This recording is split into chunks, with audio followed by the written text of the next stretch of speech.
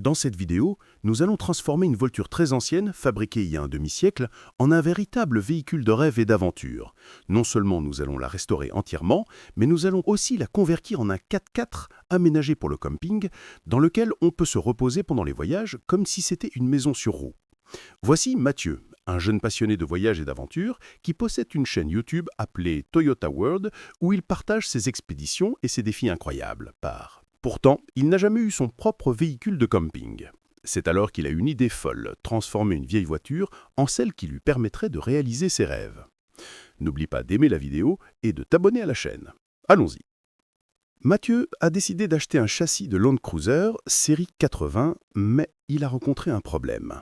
Le châssis était très ancien, datant d'environ 30 ans et recouvert d'une importante couche de rouille. Malgré cela, il a fait de gros efforts pour enlever la rouille superficielle. Sa voiture d'origine provenait directement de l'usine et le compteur affichait seulement 90 000 miles, ce qui est peu pour un véhicule aussi vieux. Cependant, un autre obstacle l'attendait, le moteur R20. Il a tout de même réussi à surmonter cette difficulté en retirant complètement le moteur et en vidant entièrement le compartiment moteur. Ensuite, il s'est attaqué au démontage du châssis et du cadre, ce qui lui a demandé encore plus de travail, de réflexion et de mesures précises avant d'aboutir à un plan clair. Ce qui les a le plus encouragés dans ce projet, c'est que les empattements étaient presque identiques. Le lendemain, ils ont placé le châssis de la série 80 sous la voiture. Il a fallu alors fabriquer des supports sur mesure pour l'adapter. La première étape de la fabrication métallique a été de dessiner le modèle sur du carton, de le planifier méthodiquement, puis de découper les pièces sur une table plasma. Ensuite, il les a soudées entre elles et a passé beaucoup de temps à les ajuster parfaitement à la carrosserie. Cette phase lui a pris 4 jours, durant lesquels il a réussi à relever le défi. Une grande victoire pour lui, car il était très inquiet de cette étape. Installer un moteur sur un tel véhicule est une tâche extrêmement difficile, surtout quand le budget est limité.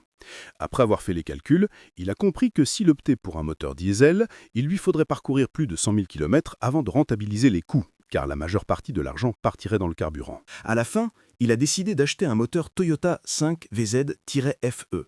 Ce moteur a ses avantages et ses inconvénients, mais la principale raison de ce choix, c'est sa fiabilité reconnue, sa puissance raisonnable et surtout la facilité à trouver des pièces de rechange et des services pour lui, n'importe où. Après plusieurs tentatives d'installation du moteur dans le compartiment moteur, il lui a fallu plusieurs jours pour ajuster correctement les supports de fixation. Aujourd'hui, il fabrique des durites d'essence sur mesure, car, comme pour la plupart des éléments de ce projet, il commence une tâche puis se rend compte qu'il lui manque une pièce précise, ce qui l'oblige à passer commande ou à aller l'acheter en magasin. Ces interruptions ont duré plus d'une semaine, mais il a continué sans se décourager. Il a ensuite installé un radiateur en cuivre à 3 couches provenant d'une Toyota V6, et avec quelques modifications, il a réussi à le fixer au même point de vis d'origine. Vient maintenant l'étape la plus délicate, le câblage du moteur. Il redoutait énormément cette phase car il n'avait jamais effectué de remplacement moteur lui-même. Heureusement, il pouvait compter sur l'aide de quelques amis plus expérimentés dans ce domaine. Certains câbles devaient être reliés au courant activé par le contact, d'autres au courant permanent, et un autre fil devait être branché sur le démarreur. Puis vint le moment de vérité. L'essai. Allait-elle vraiment démarrer après tout ce travail? Et oui, le moteur a démarré. Une immense joie et un grand soulagement. Il leur restait encore des travaux de soudure et de nettoyage, mais le simple fait que le moteur tourne représentait une étape cruciale dans la transformation de leur Toyota World Runner.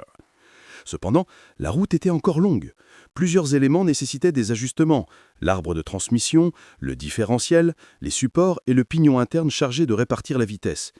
Il a donc décidé d'effectuer les modifications sur le châssis. Et il a eu besoin d'un cross-member, traverse sur mesure, pour renforcer la transmission. Il est alors retourné à sa planche d'adessin afin de concevoir la pièce parfaite. L'une des difficultés qui lui ont pris beaucoup de temps à résoudre fut le réservoir d'essence. Ni celui du 4-runner d'origine, ni celui du Land Cruiser ne convenaient à la nouvelle configuration. Il a donc dû fabriquer un réservoir sur mesure. Malheureusement, son budget limité ne lui permettait pas de le construire en acier inoxydable, ce qui représentait un nouveau défi à surmonter. Un jour, alors qu'il se trouvait dans un atelier automobile, il a remarqué un réservoir d'essence supplémentaire provenant d'une Chevrolet Suburban de 1992, et il s'est dit que ce pourrait bien être la solution à son problème. Pendant qu'il cherchait comment adapter ce réservoir, il en a profité pour rénover complètement les essuies avant et arrière en utilisant des pièces neuves. Étant donné que son châssis de Land Cruiser série 80 datait de 1996, Il bénéficiait déjà de freins plus grands et de disques à l'avant comme à l'arrière. Il a donc décidé de pousser l'amélioration encore plus loin en installant un kit de freins Power Stop. Ce n'était pas donné, certes, mais le prix en valait largement la peine. La qualité était excellente et la fiabilité assurée, surtout pour la conduite sur autoroute. Tous les roulements qu'il a utilisés étaient neufs et d'origine japonaise. Pratiquement chaque pièce de la voiture a été refaite sur mesure. Les durites de frein, les tuyaux d'essence et même les conduites de refroidissement moteur provenaient d'autres modèles. Mais il s'est toujours assuré d'utiliser des pièces d'origine. Il a également déplacé le filtre à essence d'origine vers un nouvel emplacement dans le compartiment moteur afin qu'il fonctionne avec le nouveau réservoir. Il s'attendait à une consommation moyenne d'environ 15 miles par gallon, ce qui signifiait qu'il devait garantir une autonomie suffisante pour les longs trajets. C'est là qu'intervenait le gigantesque réservoir de la Chevrolet qui, par miracle, s'est ajusté parfaitement à l'emplacement prévu. Il a même réussi à réutiliser les sangles d'origine du réservoir en y ajoutant quelques supports métalliques sur mesure qu'il a fabriqués lui-même. En parallèle, il travaillait sur la modification du tunnel de transmission, l'isolation du plancher et son revêtement, tout en fabriquant des supports extrêmement complexes pour les nouveaux sièges provenant de la 3e génération du 4Runner. Ces sièges sport donnaient un look moderne et robuste à l'intérieur. Mais une nouvelle difficulté est apparue. Les bras de direction d'origine du Land Cruiser étaient presque complètement inutilisables à cause de la rouille, ce qui représentait un nouvel obstacle dans cette restauration ambitieuse. Au point qu'ils ont dû retirer les anciennes barres de direction avec beaucoup de difficultés. Pour surmonter ce défi, ils ont décidé d'acheter des pièces spéciales. Il a commandé des raccords de soudure chez Trailgear et acheté des tubes en acier afin de fabriquer lui-même sa propre barre de direction principale. Au milieu de tout cela, une nouvelle mission secondaire est apparue. Reconstruire et isoler la porte arrière d'origine du véhicule aménagé. Jusqu'à présent, il n'avait encore rien touché à l'intérieur alors qu'il était censé vivre dans ce véhicule et quitter le pays dans 2 semaines. Le système de suspension représentait lui aussi un défi majeur, car il n'avait aucune base de calcul précise sur laquelle s'appuyer. Il a donc dû estimer le poids total que supporterait chaque essieu une fois le projet terminé. Le temps passait vite, alors il s'est contenté de faire des estimations approximatives pour trouver la meilleure option possible. Il a commandé des ressorts arrière de 6 pouces et des ressorts avant de 2 pouces.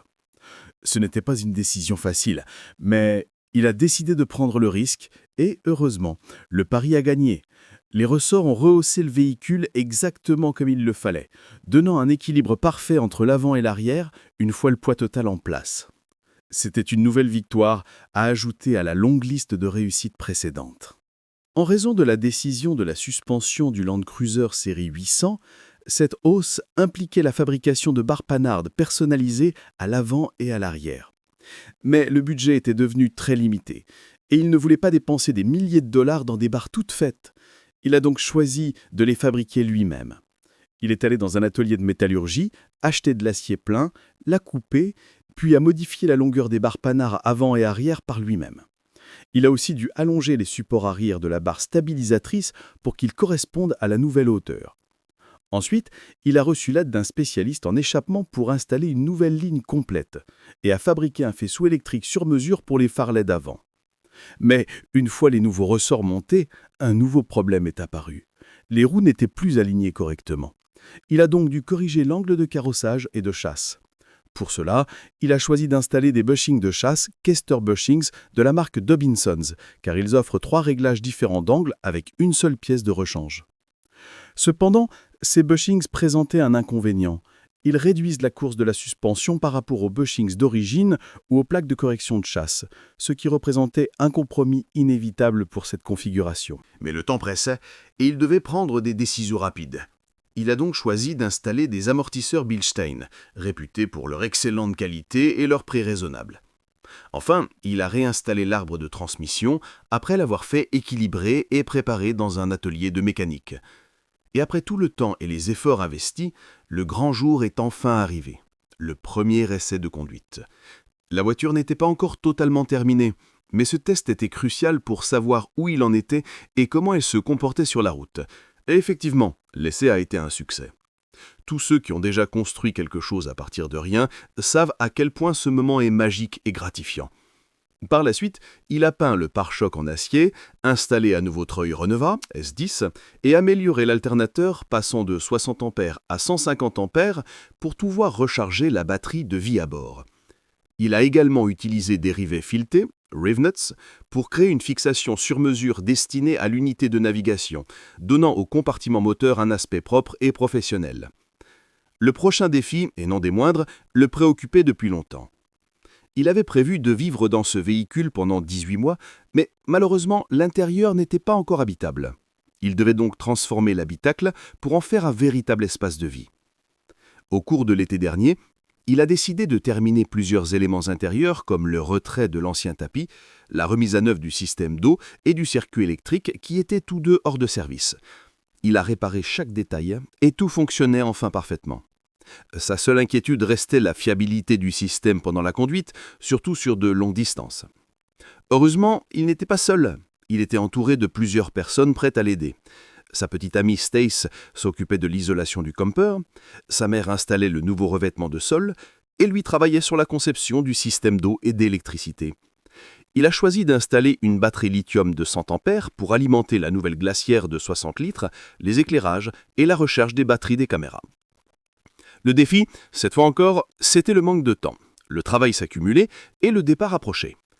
Pour l'eau, il a conçu un système de distribution performant, composé de 3 étapes. Une pompe marine, 3 filtres et un réservoir de 60 litres installé sous le véhicule.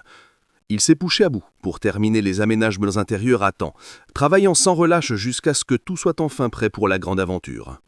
Il a ensuite installé un chauffage au diesel et apporté quelques améliorations esthétiques à l'extérieur du véhicule. Il était très enthousiaste à propos de la nouvelle couleur, et même lorsqu'une énorme tempête de neige s'est abattue sur la région, cela ne l'a pas arrêté. Il a continué à travailler sur le véhicule avec la même détermination, voulant terminer les préparatifs au plus vite. Pendant ce temps, Scott a terminé le cadre du plan de travail, tandis que Jason lui a fabriqué un four sur mesure, qu'il pouvait ouvrir et fermer facilement. Cette solution ingénieuse lui a permis de gagner beaucoup d'espace. Enfin, il a installé le plan de travail en marbre et posé le nouveau four. À ce moment-là, c'était une véritable course contre la montre pour achever les derniers détails avant l'arrivée d'une nouvelle tempête de neige. Il a monté les nouvelles roues, puis a pris la route.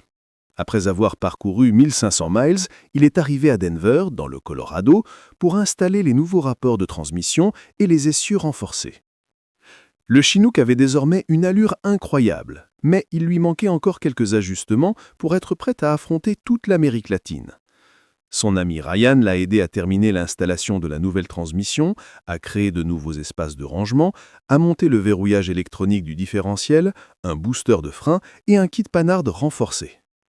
À ce stade, le Chinook était quasiment prêt. Il ne manquait plus qu'une seule chose, de nouvelles roues. Heureusement, Falcon Tire est venu à la rescousse avec ses nouveaux pneus, montés sur des jantes KMC. Désormais, le véhicule était prêt à tout affronter. Et en effet, il s'est lancé sur les pistes sablonneuses, voyageant sans interruption depuis le Mexique, à travers l'Amérique centrale, jusqu'à la pointe sud de l'Amérique du Sud. C'était presque un miracle d'avoir accompli un tel périple sans aucun problème majeur, à part quelques pompes à essence à remplacer, rien de catastrophique. Le Chinook est en réalité une version modifiée du Toyota Land Cruiser, que tout le monde connaît, mais ici transformé en véritable véhicule d'aventure pensé pour les longs voyages. L'aménagement intérieur a complètement été repensé pour y inclure un espace de vie confortable. Des lits, une cuisine intégrée, un système d'eau et d'électricité fiable, permettant de vivre facilement à bord. Le véhicule dégage une impression de puissance et de robustesse, avec ses pare-brises avant et arrière renforcés, ses protections latérales et son toit relevable pour augmenter l'espace intérieur. Ce Chinook est un exemple parfait des transformations possibles sur un 4x4, montrant comment un vieux véhicule peut devenir une machine d'aventure prête à conquérir le monde. Alors, dis-moi ce que tu as pensé de la vidéo d'aujourd'hui. C'était à l'épisode du jour, et sur ce, à très bientôt.